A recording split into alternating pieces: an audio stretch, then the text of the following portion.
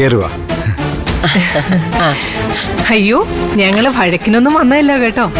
അയ്യോ, അങ്ങനെ ഞങ്ങൾ ചിന്തിച്ചിട്ട് പോലുമില്ല. ഇരുന്നാട്ടെ.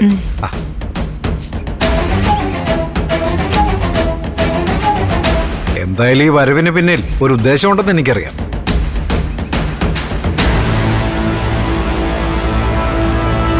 വേറൊന്നുമല്ല, നിത്യമോളെ ഒന്ന് കാണണം.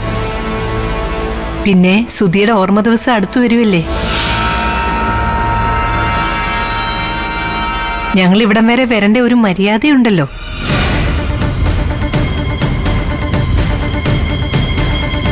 ഞങ്ങളുടെ വീട്ടിൽ ഇപ്പോഴുള്ള സന്തോഷത്തിന്റെ കാരണം ഈ വീട്ടിലെ ഒരു നഷ്ടമല്ലേ. അപ്പൊ അച്ഛനാ പറഞ്ഞത് ഇവിടം വരെ വരണം, ദേവികയും സുധിയുടെ അച്ഛനെയും അമ്മയും മുത്തശ്ശിയൊക്കെ കണ്ട് സംസാരിക്കണമെന്ന്. അതാണ് ഗുരുത്വം. അങ്ങനെ തന്നെ വേണം. അല്ല, നിത്യമോൾ എവിടെ? മോളെ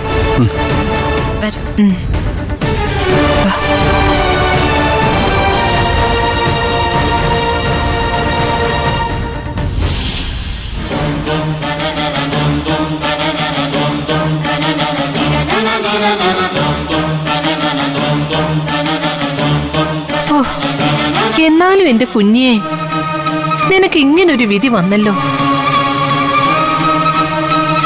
നിന്റെ പേരിൽ ഞങ്ങളുടെ ചെക്കനും പഴി കേട്ടു. അതാ എന്റെ സങ്കടം.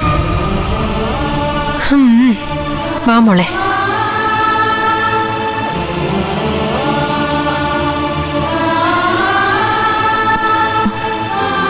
ചേച്ചിക്ക് എന്നോട് എന്തെങ്കിലും ദേഷ്യമുണ്ടോ?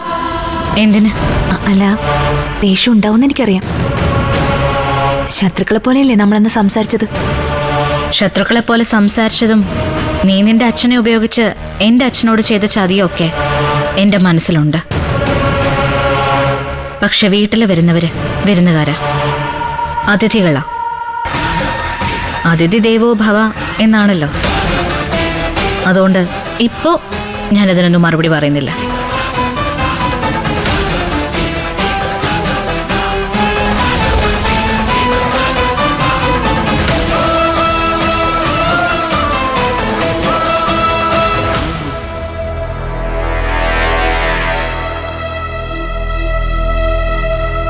എന്നാലും ആ കൊച്ചിന്റെ ഒരു കിടപ്പേ, ദേവിക ഒന്ന് വിചാരിച്ചിരുന്നെങ്കിലേ ആ കൊച്ചിന് ആ കിടപ്പ് കിടക്കേണ്ടി വരില്ലായിരുന്നു. അത് പോട്ടെ, ഇനിയിപ്പൊ അതേപ്പറ്റി പറഞ്ഞിട്ട് കാര്യമില്ലല്ലോ.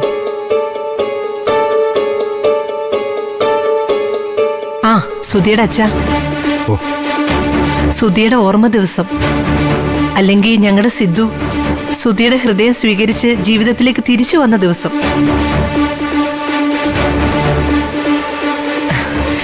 അന്ന് ഞങ്ങളുടെ വീട്ടിലെ ഒരു ചെറിയ ചടങ്ങ് നടത്താൻ തീരുമാനിച്ചിട്ടുണ്ട്. ചടങ്ങോ? എന്ത് ചടങ്ങ്? സുധിയുടെ ഓർമ്മയ്ക്ക് മുന്നിലെ ഞങ്ങളുടെ ഒരു എന്താ ചന്ദ്രമോളി അതിന് പറയുന്നേ? ട്രിബ്യൂട്ട്. അത്. എന്റെ മകന് വേണ്ടി ഞാൻ ഈ വീട്ടിൽ ഒരു വിളക്ക് കത്തിക്കുന്നുണ്ട്. തൽക്കാലം അത് മതി. അയ്യോ, അങ്ങനെയല്ല സുധിയുടെ അച്ഛാ, ഞങ്ങളുടെ കടമയാ അത്. ഞങ്ങളുടെ സിദ്ധുവിന്റെ രണ്ടാം ജന്മത്തിലെ രണ്ടാം പിറന്നാള്. അത് ഞങ്ങൾ ആഘോഷിക്കുമ്പോ അവിടെ വേണ്ടത് സുധിയുടെ ഓർമ്മകളും സുധിയുടെ വേണ്ടപ്പെട്ടവരുമാ. അതിന് നിങ്ങളെ എല്ലാവരെയും ക്ഷണിക്കാനാ ഞങ്ങൾ വന്നത്.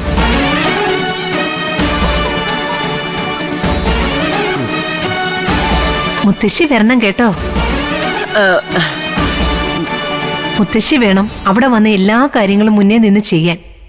ഓ, എനിക്കങ്ങനെ യാത്ര ചെയ്യാനൊന്നും വയ്യ മക്കളെ. ഇവര് വരും. നീ പോണം കേട്ടോ മനോഹര.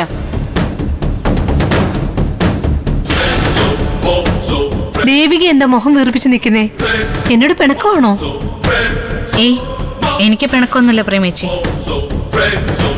ദേവിക ചേച്ചി വരില്ലേ വീട്ടിലെ ചടങ്ങിന്? എനിക്കൊന്ന് ആലോചിക്കണം അഡ്വക്കേറ്റ് ചന്ദ്ര മാഡം. ആഹാ, പക്ക ഫോമലായല്ലോ.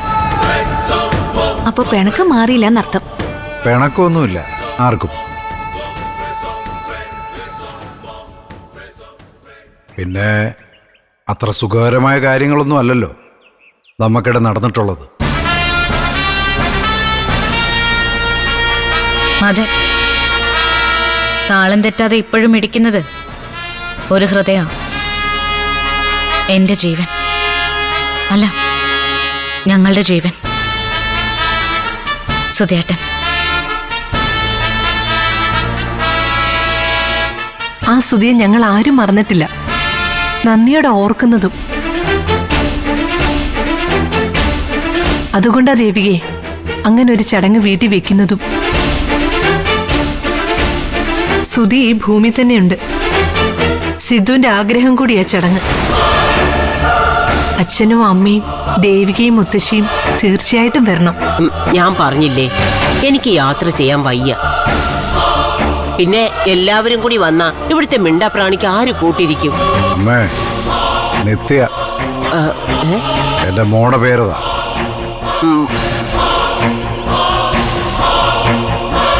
കൂടുതൽ വിശേഷണങ്ങളൊന്നും വേണ്ട. എന്നാ പിന്നെ വാഴപ്പിണ്ടിന്ന് പറയാടാ. ഈ മുത്തശ്ശിയുടെ ഒരു കാര്യം, പഴയ നാവല്ലേ അച്ഛ. ആ, പഞ്ചായത്തിൽ നാക്കിന് കരം കെട്ടുന്നയാളാ. അല്ല, ഈ വീട്ടിൽ വരുന്നവർക്ക് ചായയും കാപ്പിയും കൊടുക്കുന്ന പതിവൊന്നും ഇല്ല ഇവിടെ. അയ്യോ, ഞാനത് മറന്നു. ഇപ്പൊ വരാവേ.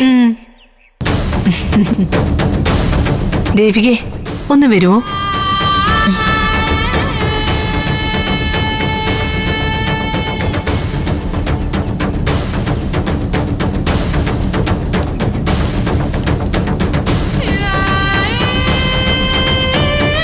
സുധിയുടെ ഓർമ്മ ദിവസമാ ഞങ്ങൾ ഞങ്ങളുടെ വീട്ടിൽ വിളക്ക് കത്തിക്കുന്നത്. ദേവിക വരാതിരിക്കരുത്. നോക്കട്ടെ പ്രമേച്ചി. ദേവിക ചേച്ചി വരണം. ഇപ്പൊ പറഞ്ഞ ആ ഹൃദയമിടിപ്പിനെ അവഗണിക്കരുത്. സുധേട്ടന്റെ ഹൃദയത്തെ. ദേവിക വരും. സിദ്ധു ഒളിവ് ജീവിതത്തിൽ പോയപ്പോഴേ ഹനുമാൻ മൃതസഞ്ജീവിനെ കൊണ്ടുവന്നതുപോലെ പറന്നു വന്നവളല്ലേ ദേവിക.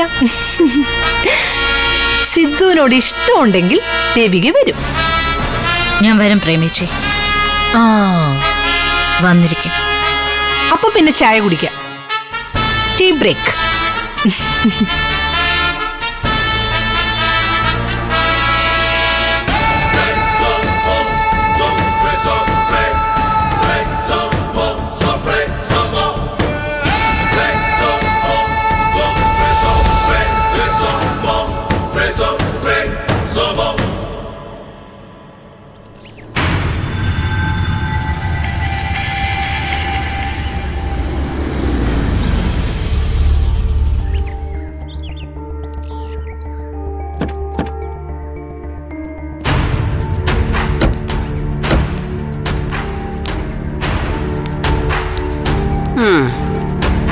അടുത്ത പടം എത്തിയിട്ടുണ്ടല്ലോ.